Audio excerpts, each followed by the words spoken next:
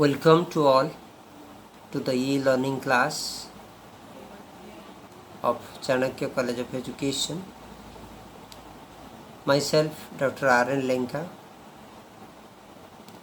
dealing with the paper C9, that is Assessment for Learning, and this is for B.Ed second year trainees. Today's topic is Bloom's Taxonomy of Learning Domains or Bloom's Taxonomy of Learning Objectives, particularly the psychomotor domain. In our earlier classes, we have already discussed about taxonomy of learning domains. As we all know that learning is a continuous process. Learning is a comprehensive process. Learning is a psychological process.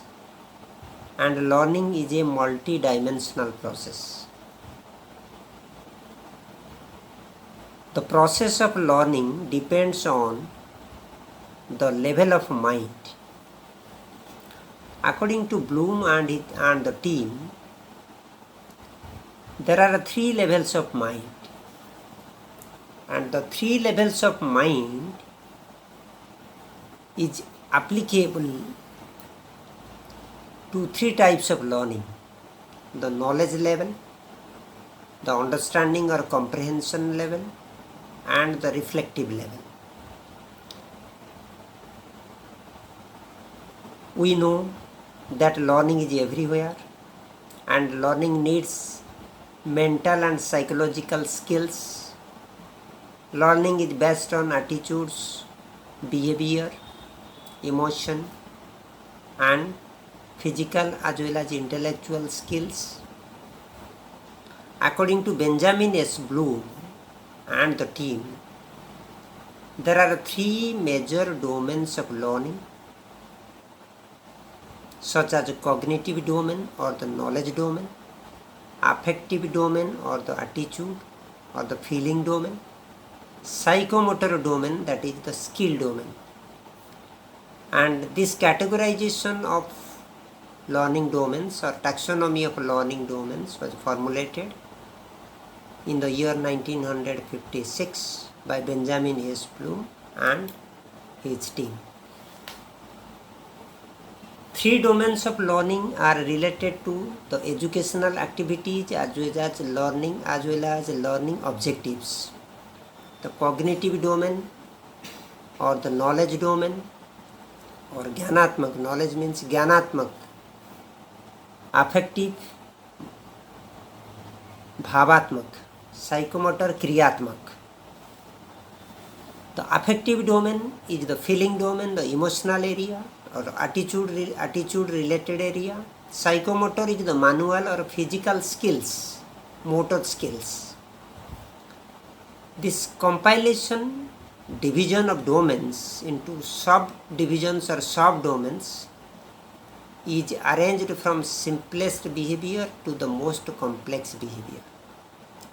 And today we will discuss in detail the psychomotor domain of learning. The psychomotor domain categorization was predominantly by Simpson 1972. That includes physical movement, coordination, and use of motor skill areas. Development of all these skills require practice and measured terms of speed, precision, distance, procedures, or techniques in execution. Thus, the psychomotor domain is comprised of utilizing motor skills and coordination of those skills. The major categories of psychomotor domain are perception, anubhuti. Psychomotor domain requires perception. Learning is possible through perception. Perception is the ability to use sensory cues to guide motor activity. This ranges from sensory stimulation through cue selection or to translation. There are some examples of perception: detecting non-verbal communication cues, adjusting heat of stove to correct temperature by smell and taste of food, adjust the height of the fork on a forklift by comparing where the forks are in relation to the palate. While writing the objectives in terms of perception as a subdomain of psychomotor skill, the key words or the action verbs commonly used are choose, describe, detect, differentiate, distinguish, identify, isolate, relate, select, etc. Next is the set or tatparata, mental set, mental, physical and emotional set. It is the principle of readiness. If you are physically and mentally set for learning, then you can go for learning. These are the sets or dispositions that determine the person's response to different situations. Examples of set: the person knows or acts upon a sequence of steps, shows the desire to learn a new process or motivation. Especially this subdivision of psychomotor is closely related with the responding to a phenomena, especially with reference to the affective domain. The keywords or verbs used for stating objectives under set as a part of psychomotor domain are begin, display, explain, move, proceed, react, show, state, volunteer, etc. Next is the guided response, nirdeshit pratikriya. Guided response, generally we know that in early stage learning is a complex skill of trial and error. Adequacy of performance is achieved through practice and exercise. Hence it requires a guided response. Performing a mathematical equation, following instructions to build a model, responding hand signals of instructor while learning to operate a forklift. Keywords used under this guided response are copies, traces, follows, react, produce, respond, etc. Mechanism or tantra. This is the intermediate stage in learning a complex skill. Examples of mechanism are use a personal computer, repair a leaking tire, or driving a car. The keywords used under mechanism are assemble, calibrate, construct, display, fasten, fix, grind, heat, manipulate, measure, organize, sketch, etc. Next is the complex overt response, jatil, overt or vah pratikriya. The skillful performance of motor act involves complex movement patterns. Proficiency in a quick, accurate and highly coordinated performance. Generally it is same as mechanism, but will have adverbs or adjectives that indicate that the performance is quicker, better and more accurate in comparison to mechanism. Examples of a complex overt response are moreover a car or maneuver a car into a tight parallel parking spot, operating a computer quickly, displaying competence while playing the piano, etc. And the keywords used under this category are assemble, build, calibrate, construct, dismantle, display, fasten, measure, mend, mix, organize, etc. Adaptation or anukulan. Learning through adaptation.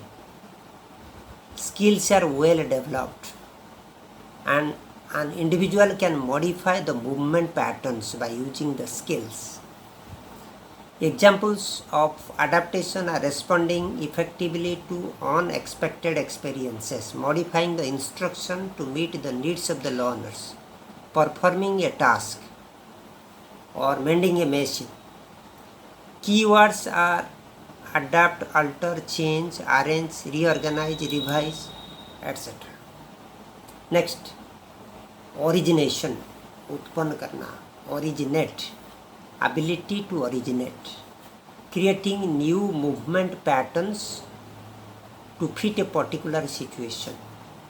Here is the emphasis on creativity based on developed skills, construction of a new theory, development of a new and comprehensive training package or program, creating a new gymnastic routine. These are the examples of origination.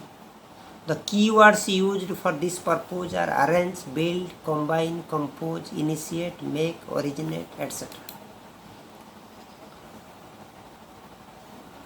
Again, we can also highlight the subdomains of psychomotor domain as highlighted by Dave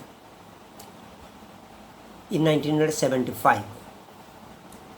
The subdomains are imitation or knuckle, manipulation जोड़ तोड़, precision यथार्थता, articulation जोड़बंदी, naturalization प्राकृतिक होना, and all these are the part and parcel of the process of learning, particularly under the psychomotor domain. Next, Harrow. According to Harrow, the psychomotor domains include reflex movements or reactions, reflective reactions, fundamental movements or basic movements like walking, grasping, etc. Perception, response to a stimulus or discrimination, physical abilities, skill movements, advanced skill movements of the learner, and even no discursive communication. These are also some of the characteristics of psychomotor domain according to Harrow. Let's summarize the psychomotor domain. Three important psychologists highlighted the subdomains of psychomotor domain, and they are Simpson, Harrow, and Dave. According to Simpson, the subdomains of psychomotor domain are perception, set, guided response, mechanism, complex overt response, adaptation, and origination. These are the subdomains of psychomotor domain. According to Harrow, reflex movements, fundamental movements, perception, physical abilities, skill movements, no discursive communication. These are the parts or subdomains of psychomotor domain. According to Dave in 1975, imitation, manipulation, precision, articulation, and naturalization. These are related to perceptive psychomotor activities of the learners by which he or she tries the best to make learning meaningful or to learn many things by means of using all these aspects of learning or aspects of learning domains. Hence, to conclude, it is better to say that learning is possible through cognitive domain, affective domain, as well as psychomotor domain, and the most simplest form of learning is the knowledge or the cognitive domain, which is predominated by recall and recognition. And next to the cognitive domain, it is the affective domain. And affective domain deals with emotion and attitude, the feeling aspect related to heart, emotional aspect of learning, and the higher domain is the skill, because the acquired knowledge must be applied. And this applied aspect is the skill aspect, developing the skill, utilizing the skills, and all these utilization will ensure meaningful learning or give the best learning outcomes. Thanks.